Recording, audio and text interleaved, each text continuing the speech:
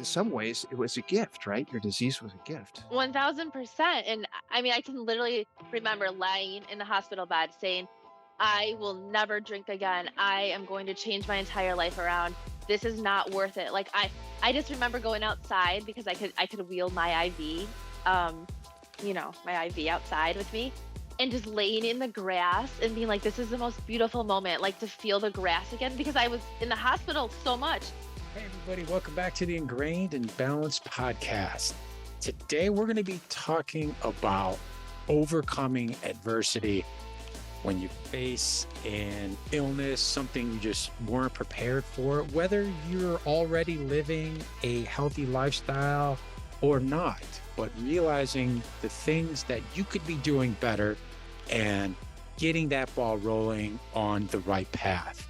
We have a guest today who was working out. She was a gymnast. She was competing in bikini shows as a bodybuilder. But she got diagnosed with Crohn's disease. Talk about putting you off your path and making some life adjustments. Incredible story to tell. Can't wait to share it with you. We're going to get into what she's doing on a daily basis and also what she does for her clients. That's right.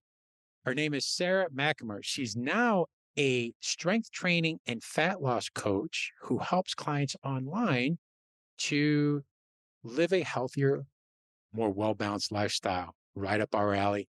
So we're really looking forward to this conversation. If you know or yourself or know anybody that's facing a disease, something that's stopping them from working out or eating right or whatever, and just need a little advice or something they can relate to that can trigger that little thing in their mind to say, you know what, I need to start today. I need to start making some adjustments and living a healthier, better life, and I can beat this. I think you're going to like this conversation. Without any further ado, let's get into it. All right, Sarah, how are you today? Wait, first, thank you so much for joining us. We've been looking forward to this. I know you have a busy schedule, so thank you so much for joining us today. How are you? Good. Thank you so much for having me. I really appreciate it. I'm so excited to be on. Good, good, good, good. Well, we have an incredible story to share with you guys. Sarah's walked a long road, but she's living her best life. And I'm not even going to try and tell the story. So if you want to tell us what motivated you, what got you, your wheels spinning to get you to where you are today, fill us in. Yeah, so I was diagnosed with Crohn's in college, and it wasn't a big deal. I had some symptoms. We weren't really sure what was going on. I had a colonoscopy, and it was determined that I had ulcerative colitis. So I was like, cool, we got it figured out. I was on medication, and I was pretty good for a while, but being still in college, I like to party a little bit. So I was drinking quite a bit. I was taking care of myself. I was eating the right foods. I thought I wasn't eating a ton of fast food or anything because that can agitate ulcerative colitis. It's an autoimmune disease and basically attack the intestines. So you have to kind of be careful of what you're consuming, but obviously the drinking didn't help. So it progressively just kind of got worse because of my daily habits and the way I was treating my body. I wasn't obviously that kind to it.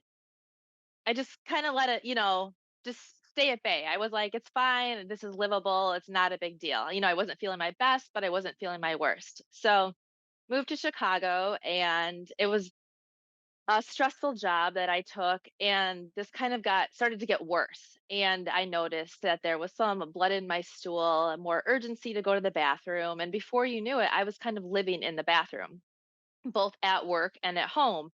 And my parents were like, all right, we need to kind of get this figured out. So we made an appointment at University of Chicago, but it was a 4-month wait list. And I was like, well, that's fine. I can deal with it. Like, I don't know why I thought I could, but apparently I did. So this continued to get worse, more stress at work. And luckily I got fired on Valentine's Day. I just remember this really clearly. And I know, Valentine's Day. Wow. I know, right? So I was kind of thankful because I moved back to Michigan. I'm from Michigan originally. And I was like, cool, my mom can take care of me for a while because at this point I was getting really sick. I was going to the bathroom all the time, like up to 12 times a day, which is quite a bit. And what happens is when you eat, you're not absorbing any of the nutrients. So I was tired, I was losing weight. It was becoming a lot. And my mom and I didn't know anything really about the disease. So she was making me salads every night, which can be really rough on the digestive tract. So I was like eating these salads, just getting worse and worse. But it finally kind of took a turn. I had this like little zit on my face and I picked it and it grew within a few days the size of a golf ball. It was literally a golf ball and it was weighing down my eye. That's how heavy this mass Wow. was. Yeah, it was crazy. And I was like, I need to do something. So I went to the walk-in clinic and immediately they're like, you need to go to the hospital. Like, because is it going to go up to your brain? Like they had no idea what it was. So I was admitted to the hospital in my hometown and the doctors had never seen anything like this. So they didn't know what to do. Turns out this infectious disease doctor walked in and immediately took charge and they figured out it was called pyoderma. And basically it's ulcerations on the skin due to Crohn. And it's only seen usually below the legs. I just read this the other day that there's only 3 to 10 cases out of every million a year of pyoderma below the leg. And I had it on my face. So that was a little crazy. They had a lancet. I was in the hospital for 12 days. They gave me a steroid and it went down. But continuing, I was still continuing to lose blood through my bowels because that's what happens with Crohn's. Well, I didn't know I had Crohn's yet, but with the ulcerative colitis. And for whatever reason, they didn't give me another colonoscopy. So within a few weeks again, I was having symptoms.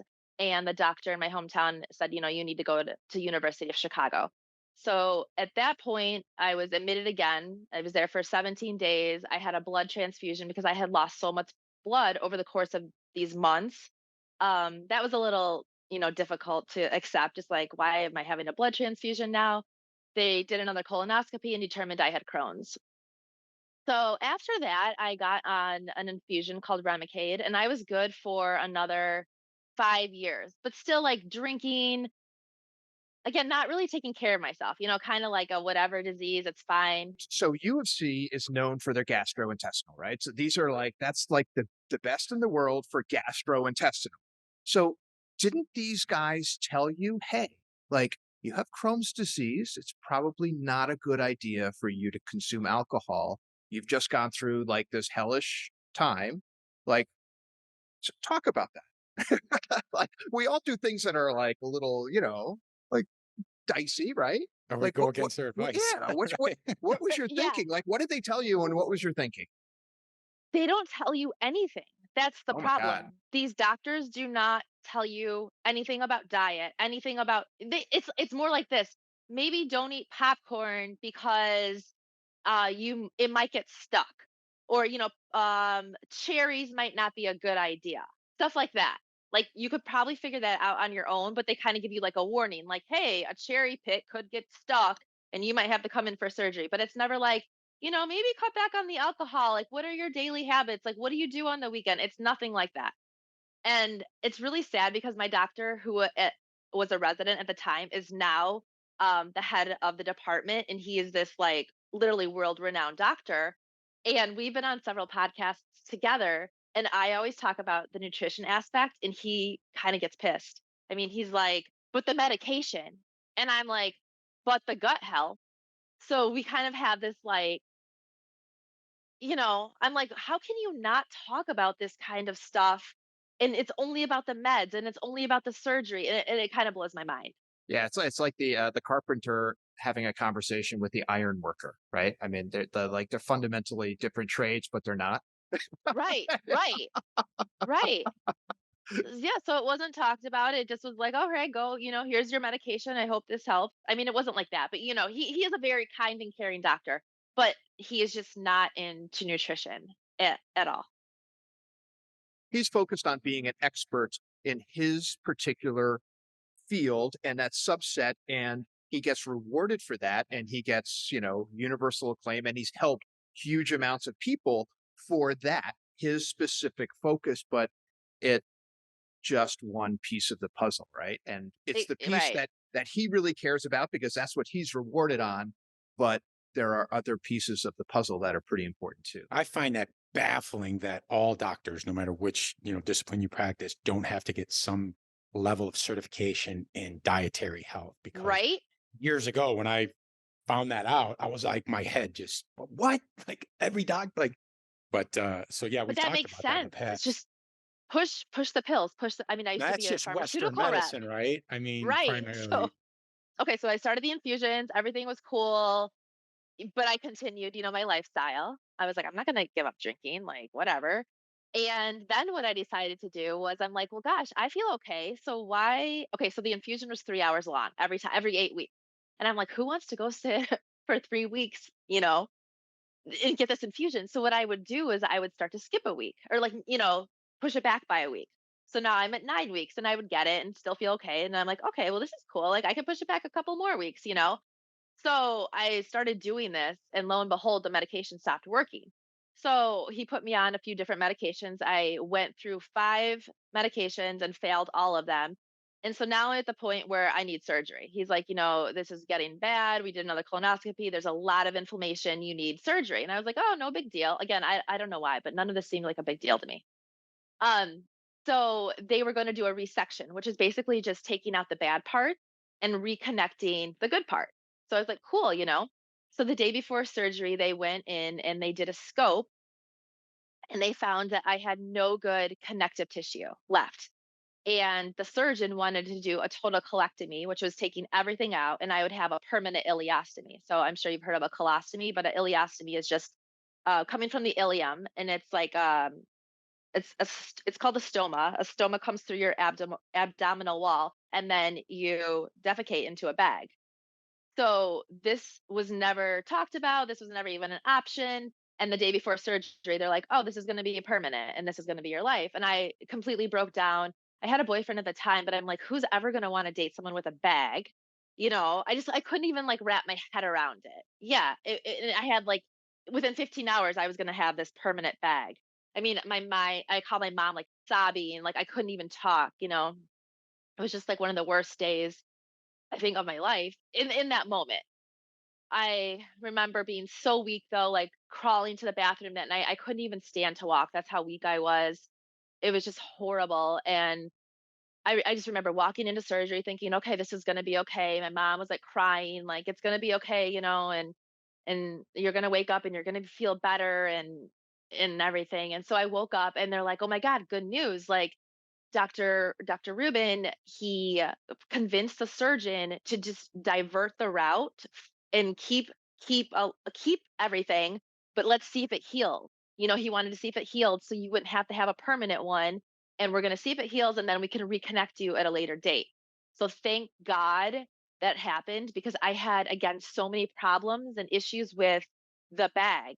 Like I had the pyoderma, the ulcers around the stoma site.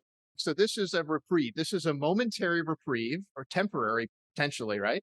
So you have to be excited, like I've received second life in more than one ways, right? I completely changed my entire lifestyle. So I got it reconnected and I was like, honestly, like in 2008, I was in the hospital 15 times. Like literally, like the entire year, I was in and out of the hospital due to my habits and what I did to myself. And I was like, I can't live like this any longer. Like this is stupid. I'm a huge worrier. I stress out about like the stupidest stuff. I drink all the time. I eat shitty food, and I'm like, I'm done. So basically, I stopped drinking. I haven't even had a drink in a year and a half. But I mean, before this, like way before, I just like cut way back. I'm like, I'm gonna stress less. I'm gonna start walking more. I need to get out of my head because I'm always in my head. I started meditating. I started sourcing all of my food from farms, which I know maybe like went to the extreme, but I'm like, I don't care. I never want to go back to that life again. Where did you get the ideas for some of these changes that you make? Was this intuitive or did you do research? Like, how were you getting there? Like today, we take it for granted that, oh, you just go on the internet and figure it all out. And in 2008, you could figure a lot of stuff out just going on the internet. But what did you do? Like, you have this moment where you say, I have to turn things around. I know I'm doing some bad stuff. I know I shouldn't be drinking. I know I should be following my regimen. But these other things you're talking about are different. So how did you come up with that? A lot of it happened in that laying in the hospital bed. Like, what can I do differently? Like, I cannot come back to this life. And I mean, I'm like, I need, like, I've always been like a healthy eater. So I'm like, what's the next step?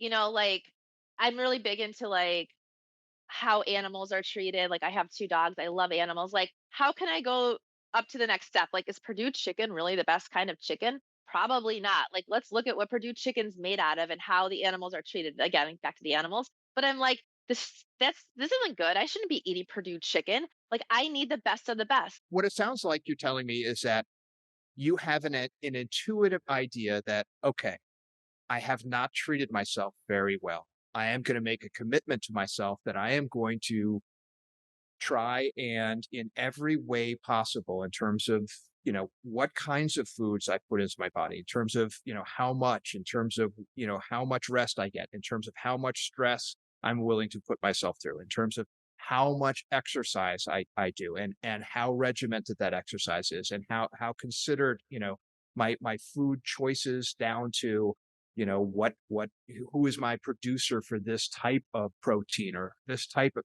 so you just had a this is an overall idea. You didn't have you weren't guided by like a ton of experts. You didn't buy like 20 self-help books and like take the best of all of them. You just said to yourself, "Hey, I know that I could be doing better and I am going to do better and I'm going to make a commitment to myself to do better for myself." 100%. And I think also too, I had an eating disorder from the age of 15 on. So you can only imagine that coupled with the Crohn's. I mean, here I was restricting my food, exercising compulsively. I also did bodybuilding shows after I got the ileostomy. So I had it reversed. But after I got it reversed, I did a few bodybuilding shows. And again, you're not treating yourself kindly through that. So I kind of went through like I thought when I was doing the bodybuilding shows, like this is the ultimate form of self-care, like a bodybuilding show. Like I am like eating so regimentedly and I'm in the gym 3 times a day. But again, I went from that to being like, "Oh my god, why am I at the gym 3 times a day?" But it stemmed from the eating disorder. I was a gymnast as well, so it all stemmed from that. And that's when I kind of was like, "All right, no, what do I really need to do? Like I really need to nourish myself with healthy food and I need to look at how much protein I'm eating and am I eating the right kind of protein, for my body and how many vegetables and fruits am I getting?" Because I would restrict all that before. I'm like, "I can't eat sugar. I can't eat a banana." Do you know how many grams of sugar a banana has in it? I have a friend who I told him one time I was trying to eat healthy and I had my oats and nuts and all in a bowl and with almond milk and all this stuff. And at the bottom, I'd have a sliced banana. And when I said banana, he was like, "Banana?" And you're like, "Oh my God, do you know how much sugar is in a banana?" Like, and I was like, no. And I really not that concerned. But yeah, I mean, so the focus goes now from aesthetics because if you're focused on the nth to the nth degree on aesthetics, Yes. you don't want maybe the fruit or The the sugar in banana. that banana. You would choose a different fruit, right? You choose berries or something of that nature, Totally. right? Yes. I'm like, Right, yes, right. yes. But if you're focused on like, hey, how healthy am I? Like, how am I getting enough potassium? Am I recovering? All that kind of stuff. You say, hey, a banana is fantastic. I can live with a little extra sugar. That's fine because I'm getting all this natural good stuff from the banana. So sounds like your focus shifted from, hey, the aesthetics, how other people perceive you to how am I feeling? Yeah. Every day. Like, how am I feeling? Like I was tired when I was bodybuilding. I mean, we were literally at the gym 3 times. I did it with my best friend. So literally, like you're exhausted, right? I mean, it's cardio, it's strength training. You're eating like, 3 ounces of chicken with your literally you count out the almonds, 10 almonds. Um, Yeah, and I'm like, I'm not feeling good, and I'm not sleeping well, and I'm tired, and I'm like, I don't wanna feel this way. It's like, I moved from, like, that whole illness to, like, A different focus. Yeah, a yeah. different focus, but now I'm like, "Alright, I need to move from to a new focus," which is now where I'm at today. So Which is your general health. How are you feeling? How are you moving? How are you functioning? How good is your day? yeah, Right? yeah, how am I sleeping? Like, I'm not tired when I wake up. again, where's my meat coming from? I get my eggs from a farm. Like they're so colorful and beautiful, and I'm eating like a ton of greens, and I'm getting the proper nutrients, and I feel so much better, and I'm not stressing as much. How has the shift in focus from how do I look, how do other people perceive me, to how do I feel? What has that done for your mental health, do you feel? A ton, because I don't care what other people perceive. I don't care like what you think I look like now. I only care what I look and I feel like. So it's like a huge like weight has been lifted off my shoulders. I wouldn't go to the beach in a bikini. I wouldn't wear shorts, and like who wants to live like that? That's stressful. I used to wear like big baggy clothes, and now I'm like, I don't care because I feel like I look good, and I only need to look good for myself, and most importantly, like I feel good. So, I'm not stressed. I'm not waking up like stressed about it. Like it's fine. I can wear whatever I want and do what I want. What proportion of that shift do you attribute to, sort of what you learned dealing with the disease and sort of being forced to make these changes versus, let's say, just growing up and growing older and becoming a little wiser? What do you think? Like, where would you be had you not had the disease? Would you be at the club partying still? That's an interesting question. You don't have to answer that one. I mean, I don't Seriously. know. Like I was drinking a lot, you guys. I mean, I was drinking like What's a lot? Like when I hear a woman say, I was like, did you mean on the weekends or you were drinking during the no, week? like Wednesday, Thursday, Friday, Saturday, sometimes Sunday. And when I go out, I stay out till 5. So I'm staying out until 5. And then I had a job. I mean, I had like a real job too. So I would go into the job. Until you got fired on Valentine's Day. Yeah. You went out Wednesday, Oh, Thursday. it's all making sense now. Okay. No, No, no, kidding, but kidding, kidding. I just love to drink, and it's not like my parents are, it's not like I came from that kind of family background. They didn't drink. I just love to party, and I love club music, and I'm like I used to dance, like I used to go dance. So like it was like kind of, when you're a bartender, you're in that environment, and I was in that environment a lot, and I would probably still be going out a lot and drinking. I mean, the last drink I literally had was last April, and I was like, I don't miss it. I don't think about it. Someone's like, "Let's go get a beer." It literally makes me gag. Like I'm like, "No, I'm good."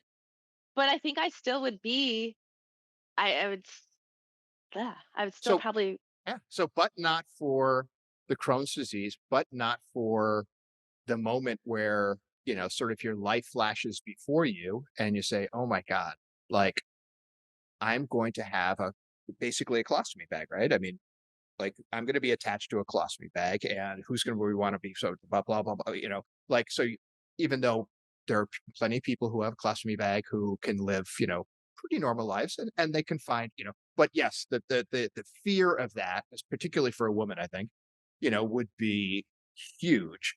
So you have the wake up moment and everything changes, which is, it's interesting. I mean, you know, in some ways it was a gift, right? Your disease was a gift. 1000%. And I mean, I can literally remember lying in the hospital bed saying, I will never drink again. I am going to change my entire life around.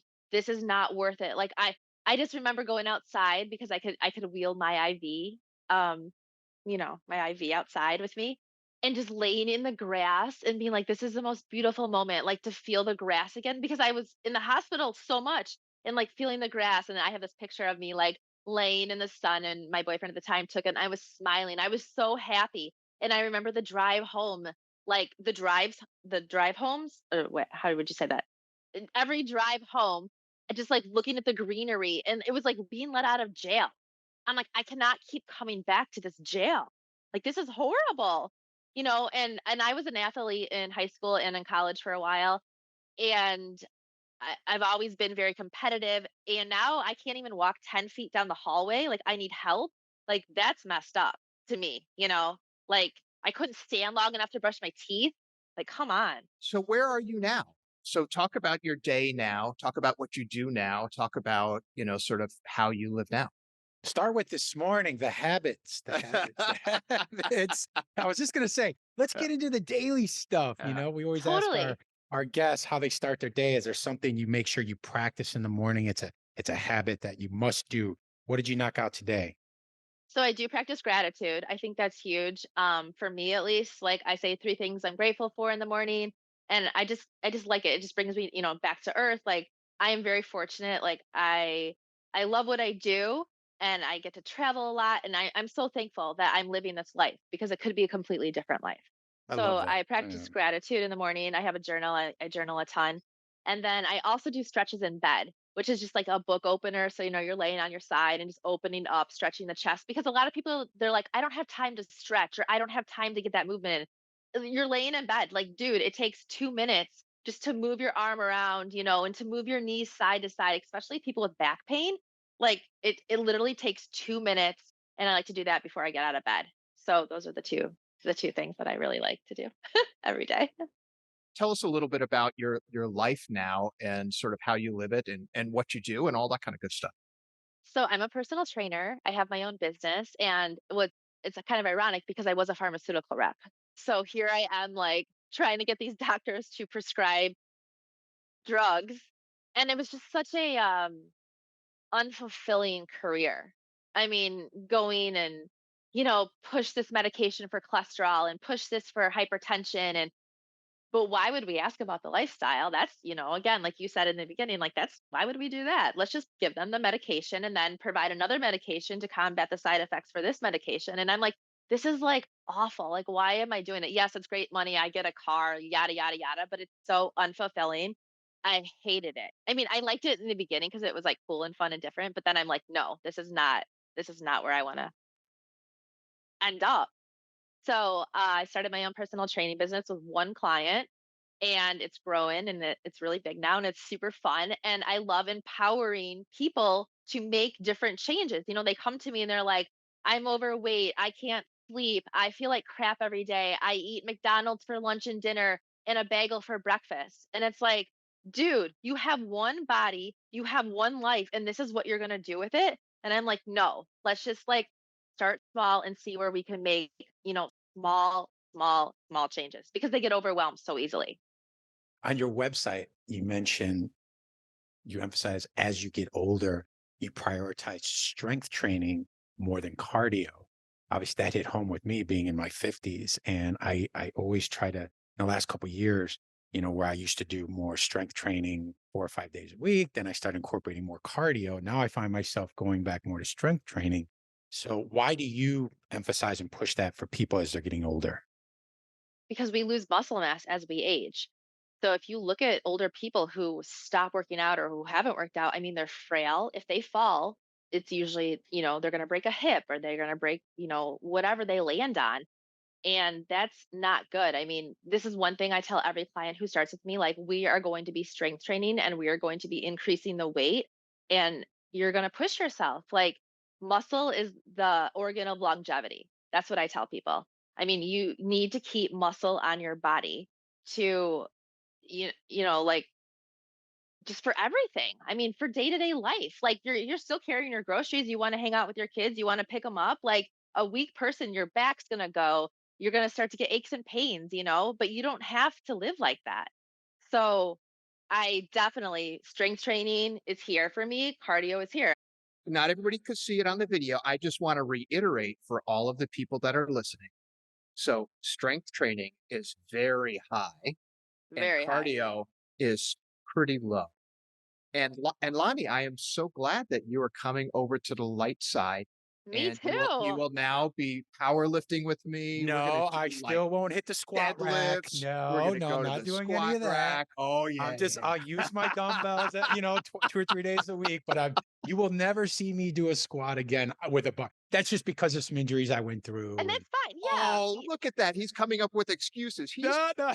telling everybody bad information, misinformation from Hey, our co-host. no, no, no, not at You all. No, need no. to make yourself stronger No, in order to be able to squat. Sarah, Why wouldn't you want to squat? I do Right? squats, but I'm not saying you're not going to see me doing 225 on a squat rack. That's just not Oh, we're gonna happening. get you there. We're gonna Yeah. get you there, right, Sarah? Come on. Yes. Those Yes. I days think are we can all work out. We'll do it. We'll do it. Yeah, there you go. There you go. But Sarah, I know you can agree with this. Like everybody, depending on what you're going to prescribe somebody for their workout regimen, depends on where they're at in their life physically. what they eat, what disease they might be fighting, everybody and how they're going to approach lifting weights or approaching cardio all determines on where they're at and what their body Exactly. can take. You know, I would 100%. never tell somebody not to lift heavy weights or lift heavy. I'm not saying that at all. I'm just saying where I'm at, I've been working out for literally 40 years. I mean, I know my body but the thing, my thirst for knowledge is one of the reasons why we decided to do this podcast is I constantly want to learn more and I always want to try new things. And it's what I'm very passionate about. And I'll never stop trying new methods or new types of equipment or whatever it is to see how my body's going to react. Now, in the same breath, I can also say what I don't need to do anymore because I know it's just not what my body needs at this particular time. And that's all I'm saying about 100%. Yeah, lifting yeah, no, heavy. I Yeah. understand. I I know understand Marty that. just Like, always give me whenever I bring that up, he's like, I'm gonna get you, I'm gonna get you. But at the Your same time, when we body work out, needs to me squat and and Marty work out deadlift. together now and then. I'll have him try some of my stuff, and he's like, "Oh," I'm like, "Yeah, exactly." It's like swimming; you're using muscles you never knew, right. Absolutely. right? That's Yeah, hard. 100%. Swimming's Yeah, yeah. hard. Right. I just think as a society, we're very, like fat focused and we need to move more towards muscle centric. Like everyone's so worried about losing like the last 5 to 10 pounds. Well, what if you didn't worry about losing those last 5 to 10 pounds, but put on some muscle instead? Like your body will change. Stop focusing on like, oh God, I have the 10 pounds to lose. No, like let's work on the weights and I promise your body will change. So that's what I we think that's preach. like We hate the term counting calories. I can't stand that. It's just lifestyle changes, and again, where you're at in your process and what you need to adjust and either take out or add or whatever that case may be. With that's a perfect segue into this next topic. We don't have to get too scientific about it, but gut health, right? I know oh it's yeah, I kind of love gut health. it's blown up. It's a marketing. It's a sensation word that everybody uses right now for marketing, but it is a serious thing, and I think everybody should be more cognizant of how important it is to look for certain signs that your gut is not doing well, right? The leaky gut and your microbiome and Brain all that good fog stuff. and Brain right, fog. right, So if right. you want to spend a couple minutes and tell our listeners what are some of the red flags as it relates to their gut might need some attention. Eating something and not feeling that great, right? So that could be like maybe you have a gluten sensitivity because every food now I feel like has gluten, especially packaged foods, and people are obviously eating the packaged food. So you're not feeling that great. You're waking up with that foggy brain. You're kind of like, God, I feel like I'm in a fog. So that's like another symptom. Just eating crappy foods and drinking alcohol is going to kind of like damage your gut in itself. So maybe you're so used to the symptoms you don't even really recognize that you have any. But once you pull that food out and heal your gut through food, then you'll be like, wow, how did I ever not notice? Or I think people are just so used to living the way they live, they don't even notice what's going on. Does that make sense? Yeah, our society is just living on convenience, everything being at your fingertips. And that means it's being processed, right? To be packaging, to have sustainability on shelves and everything else, that means it's processed, which is effectively going to affect your guts. One of the reasons I'm glad you had on that brain fog. That's the number one reason why I tried plant based eating 2 years ago. I'm not 100% plant based, but everything at home I eat plant based. When I go out to eat, I've loosened up a little bit. I'll eat a little meat here and a little meat there.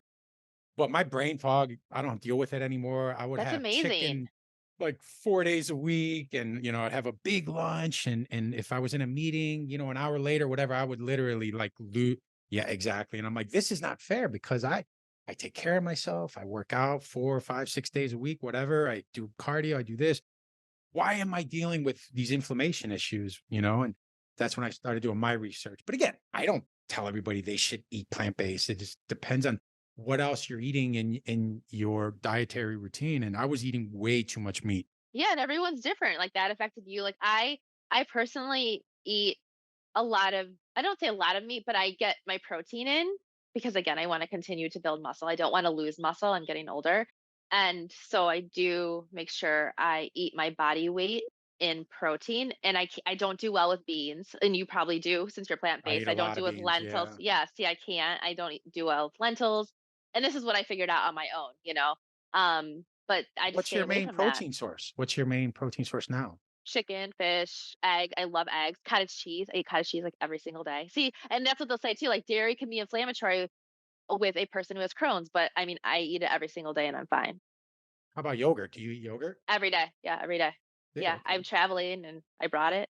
So we had some previous guests on, and they were, they were very much into gut health. And I think I asked them, hey, what is the number one food, the number one thing you do sort of that you think is positive for gut health? And they were like, Greek yogurt. They were like, Greek yogurt, Greek yogurt, Greek yogurt. They were big into Greek yogurt. So one, if you could opine, hey, like, do you think Greek yogurt is pretty solid for your gut? And then two, other than yogurt, what is something else that you can add, habitually, sort of on a regular basis? Because I feel like for you, cottage cheese, other people can add, some Greek yogurt every morning and do that. That seems like a pretty simple thing to do. And by the way, when you do the Greek yogurt, be careful what kind and what brand and how sweet Exactly. Again, right. stuff. Yes, So look at the labels.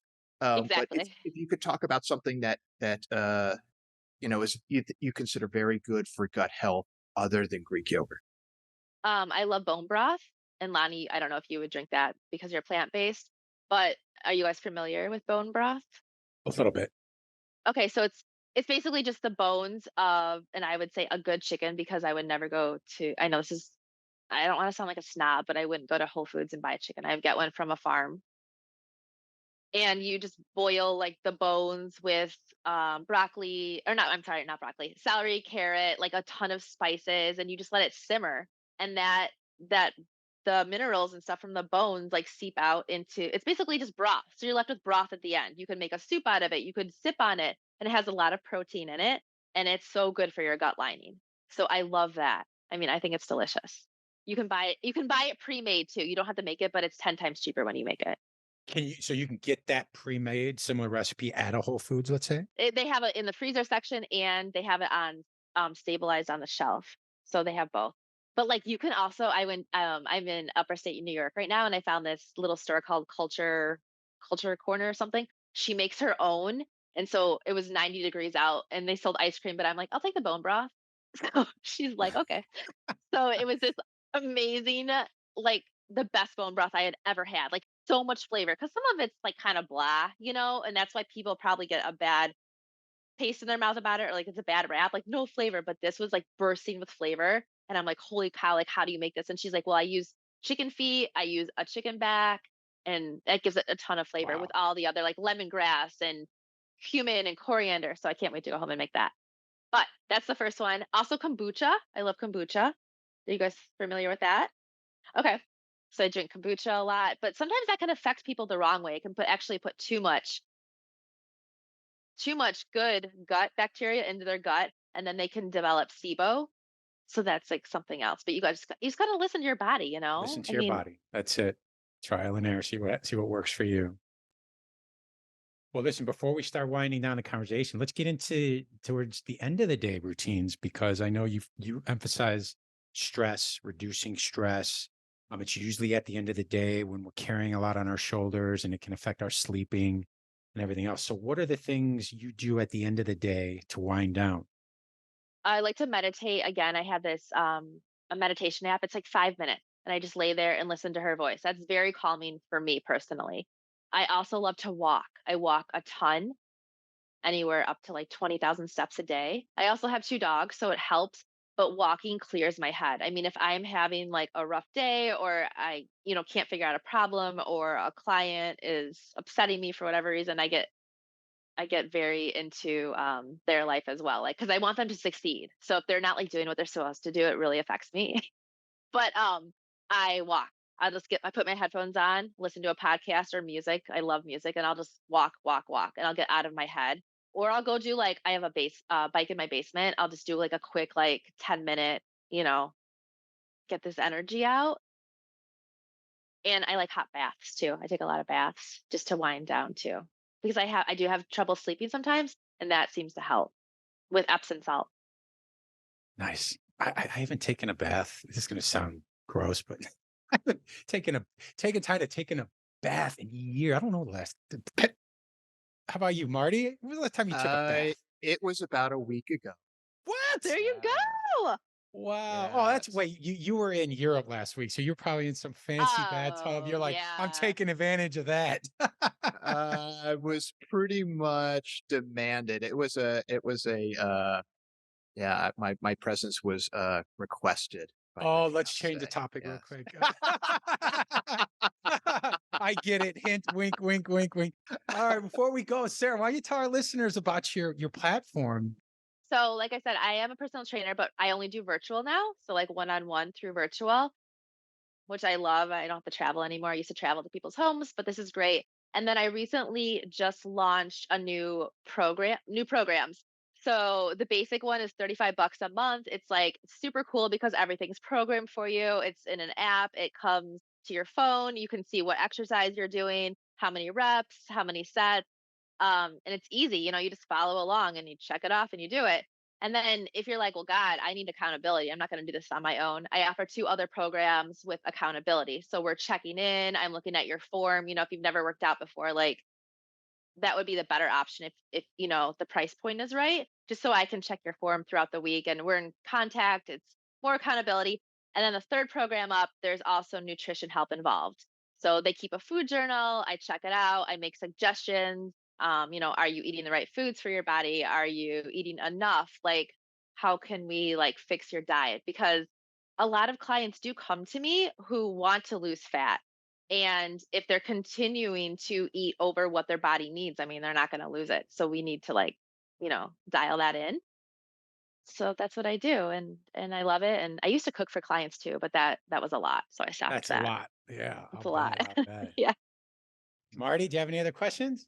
No, this has been awesome. I loved, hearing about your journey and sort of what brought you to where you are now, which, for we've talked to lots of different people and it's always something different. Different people have different, journeys and they are moved to a better place in different ways. So I think the important thing is to be open to being moved to a better place. 100%. Yes. Yes. That's what it's all about. It is. It really is. Well, thank you again, Sarah, so much. Enjoyed the conversation. And everybody, if you want to learn more about Sarah and her platform, check out be.FIT.Sarah.com. I'm also going to have other bfitbysarah.com. Yep. links to her website and social media handles in the show notes. So stay tuned for that. And if you haven't done so already, make sure you subscribe to the show, like this episode. If you know somebody that can relate to this story and is facing some adversity and needs a little push, needs some advice or motivation to get back on track to living a better, healthier lifestyle, share this episode. Really appreciate it. Until next time, take care, everybody. We'll see you soon. Bye bye.